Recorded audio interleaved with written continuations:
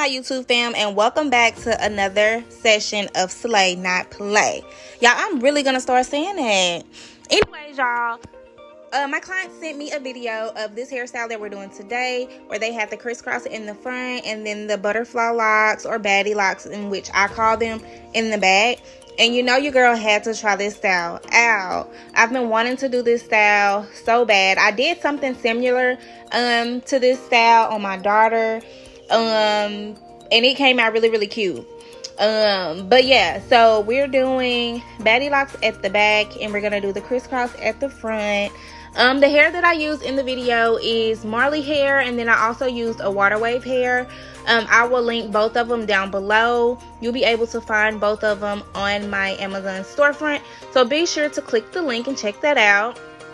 Also, y'all, go ahead and hit that subscribe button, go ahead and hit that notification bell, go ahead and give me a thumbs up, and we're gonna keep rocking. Okay, what's up, family? Y'all already know. Hey sis, hey bro, hey cousin, what's going on? I hope y'all Friday has been amazing. My day has been wonderful. Yeah, y'all, I don't want to keep rambling, but I really want y'all to grasp this concept. It's very similar to the butterfly lock. So if you have done the butterfly locks, you should try this method using this hair. I really think you'll like it. It's so much lighter to me than the actual butterfly locks because of the way you're installing the hair. The products that I used were the Shining Gem. I absolutely love the orange one. That is definitely my go-to. Next to that one, I would use the red one, the Magic Finger one.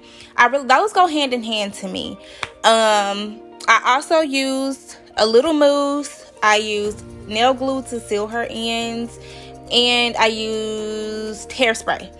But that's it. It doesn't take much to achieve this style, and it also doesn't take much to keep this style up. It's really a get up and go type of situation. When it comes down to installing the baddie locks, I like to first and foremost section the hair off. I use a little Shining Gem to basically make my parts very neat. And then I install the marley hair with her hair. I just braid it down a little bit, and then I go back with the waterwave hair and I wrap it around. I'm gonna let y'all keep watching for a second so y'all can see exactly what I mean.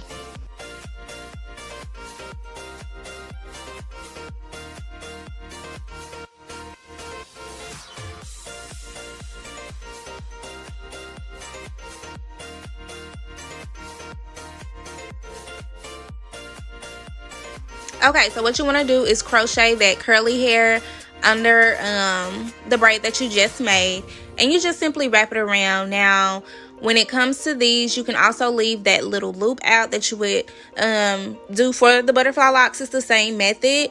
Again, remember, you don't have to wrap these super neat. They're not like the faux locks where everything has to be, you know, super neat. These are made to look more messy, and that's what I absolutely love about this style. You don't have to do them super neat. Every lock can look, you know, a little different. Every lock should look a little different. It gives it character. So yeah, you just continue to wrap down. It doesn't have to be super neat, and remember, don't wrap so tight. That also helps. Use a light hand when you're wrapping.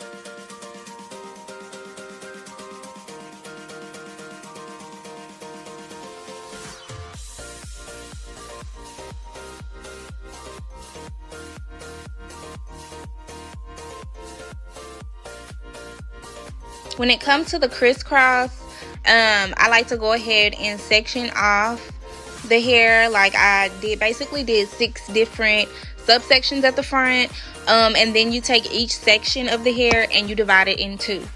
I went in and I used a little shining jam, and I'm making sure everything is everything.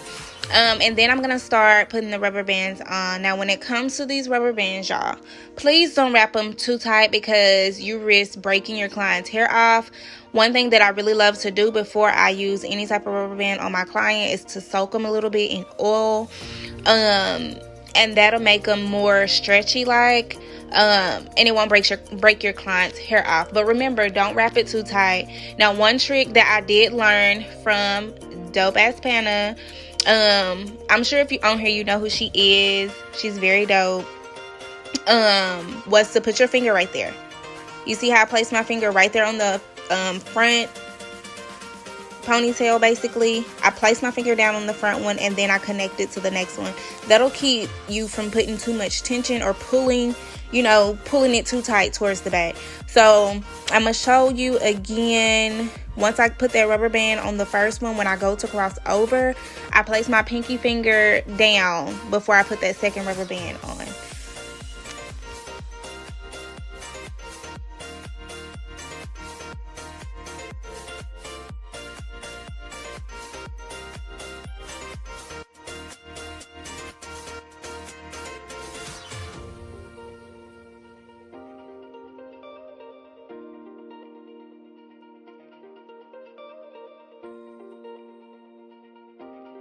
Also, y'all, don't be afraid to ask your client if you are wrapping it too tight. Once you put their rubber band on, be sure to ask them, hey, is it too tight? They'll tell you if it is or if it isn't. If it is, all you have to do is just pull that rubber band out just a little bit, and that will relieve that tension. Now, once I finish all of the boxes, I just go back and I do the butterfly locks or the baddie locks at the front. And I promise I'm gonna stop talking, y'all. I'm gonna let y'all go ahead and finish watching the video. I love y'all so much. Thank y'all for rocking with me. Be sure to share this video. Share it with your friends. Share it with everybody. Comment below and let me know how y'all doing. If you have any recommendations, drop them down below in the comment section. And yeah, I love y'all and I thank y'all, and I'll see y'all in the next video. Peace.